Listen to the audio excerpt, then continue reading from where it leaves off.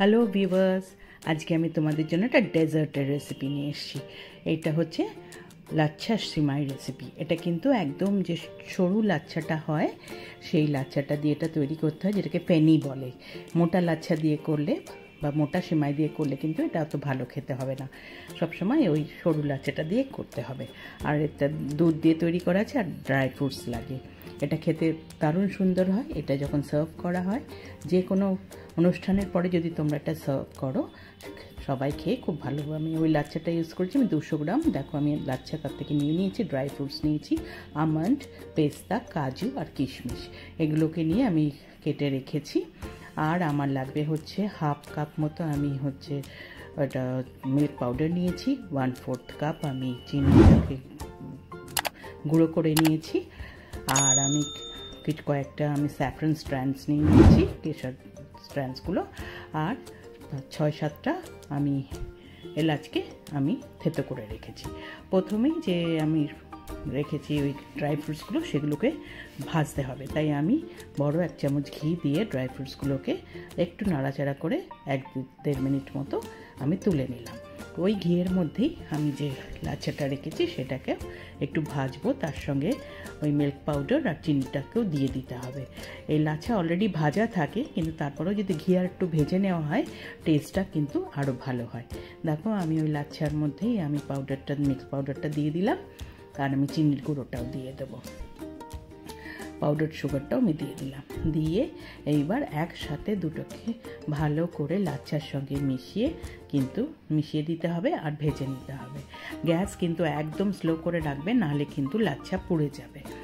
তা সেই জন্য এইভাবে দেখো বেশ সুন্দর করে একটু ধৈর্য নিয়ে ভালো করে মিশিয়ে কিন্তু এই লাচ্ছাটাকে রেডি করতে হবে।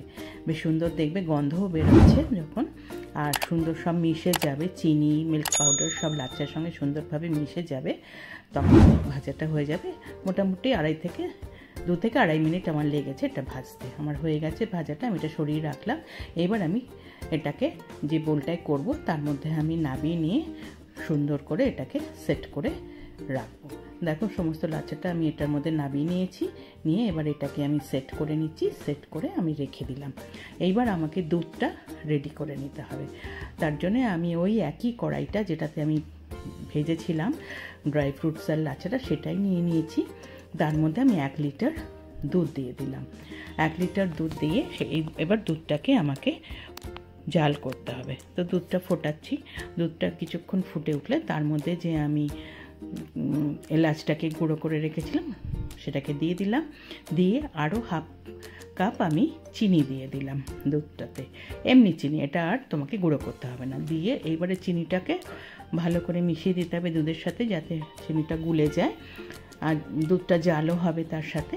বেশ ততক্ষণ ফুটবে। বেশ সুন্দর দেখো চিনি গলে গেছে, ফুটে উঠেছে।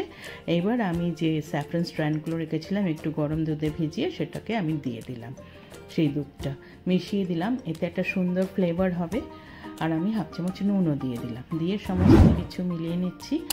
এই স্যাফরনটা দেওয়ার জন্য কালারও আসবে, সুন্দর ফ্লেভারও হবে। যদি তোমাদের না থাকে তোমরা এটা নাও দিতে পারো। মোটামুটি দুধটা রেডি হয়ে গেছে। এইবার 1 চামচ আমি গোলাপ জল ওপর থেকে দিয়ে দিলাম। গ্যাস কিন্তু আমি বন্ধ করে দিয়েছি। আমার দুধটা সব মিলিয়ে নিয়ে আমি রেডি করে এটাকে এবার সাইড করে রেখে দেব। দিয়ে যে আমি লাচ্ছাটা বাটিতে রেডি করেছি সেইটার মধ্যে এবার ড্রাই ফ্রুটসগুলো যেগুলো ভেজেছি সেগুলো ওপর থেকে আমি কিছুটা ছড়িয়ে দিলাম। বেশ সুন্দর করে ছড়িয়ে দিয়ে এইবার যে দুধটা আমি রেডি করলাম, এই গরম অবস্থাতেই কিন্তু দুধটা এর মধ্যে ঢেলে দিতে হবে। দুধটা আমি পুরোপুরি ঢেলে দিয়ে দেখবে উইদিন 2 থেকে 3 মিনিট কিন্তু এটা সোক করে নেবে পুরো লাচ্ছাটা। দিয়ে আর যেটুকু বাকি ছিল ড্রাই ফ্রুটস আমি ওপর থেকে ছড়িয়ে দিলাম। ছড়িয়ে দিয়ে আমি 5-10 মিনিট একটু ওয়েট করে ঢাকা দিয়ে এটাকে ফ্রিজে রাখবো আমি 1 ঘন্টা। এবার এই সবসময় এটা মাথায় রাখবে, কিন্তু দুধটাকে গ্যাস বন্ধ করে দিয়ে তারপরে লাচ্ছার মধ্যে দেবে। গরম দুধে গ্যাসের উপর কিন্তু লাচ্ছা দেবে না, তাহলে লাচ্ছা পুরো গুলে যাবে। এবার আমি দেখো বার করে দেখিয়ে দিচ্ছি। এই যে আমি সার্ভ করবো এভাবে। এইটা খেতে অপূর্ব টেস্ট হয়। একবার এইভাবে দুধ লাচ্ছা সিমাই তোমরা করে দেখো, খুব সুন্দর টেস্ট হয় এবং যাদেরকেই এটা খাওয়াবে তারা খেয়ে এটা তারিফ করবে। আশা করি এই রান্নাটা তোমাদের ভালো লেগেছে। যদি ভালো লেগে থাকে লাইক করো, কমেন্ট করো, শেয়ার করো।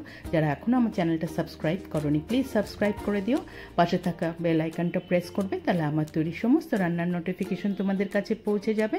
আবার নতুন নতুন রান্না নিয়ে আসবো। আজকে তাহলে চলি, তোমরা ভালো থেকো, টাটা।